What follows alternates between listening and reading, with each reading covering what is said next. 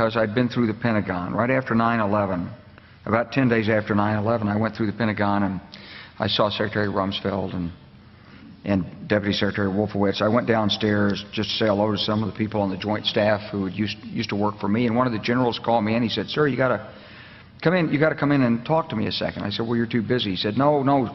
He says, "We've made the decision. We're going to war with Iraq." This was on or about the 20th of September. I said, "We're going to war with Iraq. Why?" He said, "I don't know."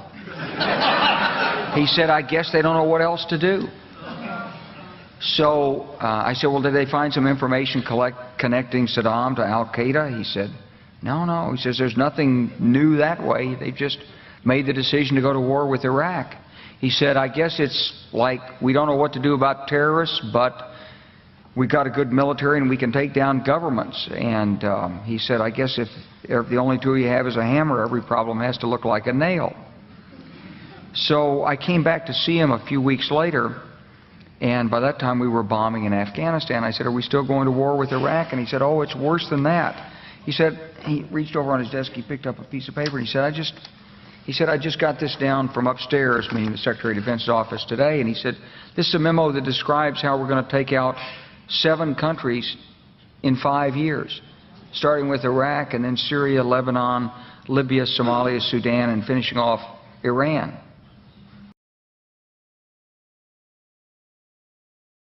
This is a memo that describes how we're going to take out 7 countries in 5 years, starting with Iraq. My fellow citizens, at this hour, American and coalition forces are in the early stages of military operations to disarm Iraq, to free its people, and to defend the world from grave danger. And then Syria. We had a chance to talk about a wide range of international issues, including the situation in Syria.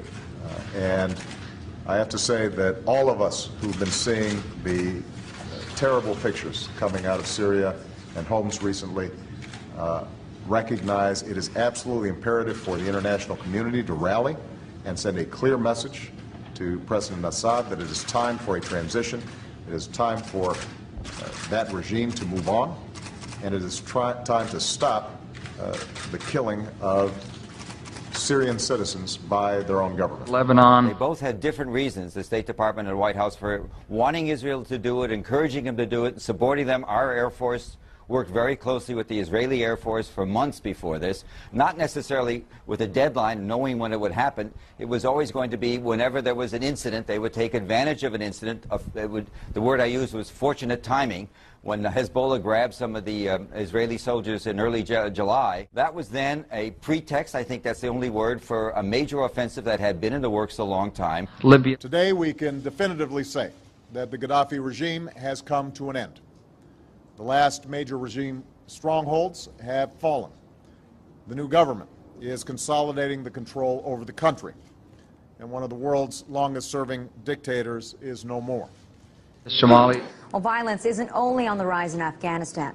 In fact, it looks like America's shadow wars have now increased by 1. Drone strikes have long been reported in Pakistan and Yemen, but now there's news that a week ago, a U.S. drone aircraft fired on 2 leaders of the Somalian organization Al-Shabaab. Sudan.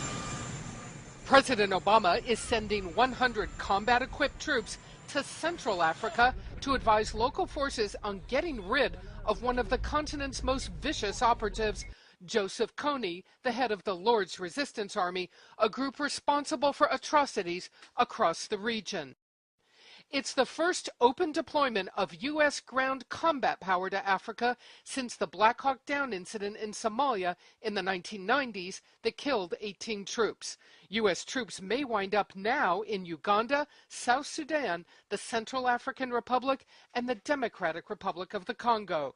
It's part of a growing military effort to engage in Africa. Finishing off Iran.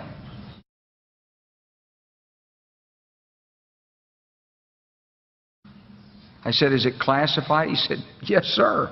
I said, "Well, don't show it to me." And I saw him a year or so ago, and I said, "You remember that?" He said, "Sir, I didn't show you that memo. I didn't show it to you." I'm sorry, what did you say his name was? I'm not going to give you his name. So go through the countries again. Well, starting with Iraq, then Syria and Lebanon, then Libya, then Somalia and Sudan, and then back to Iran.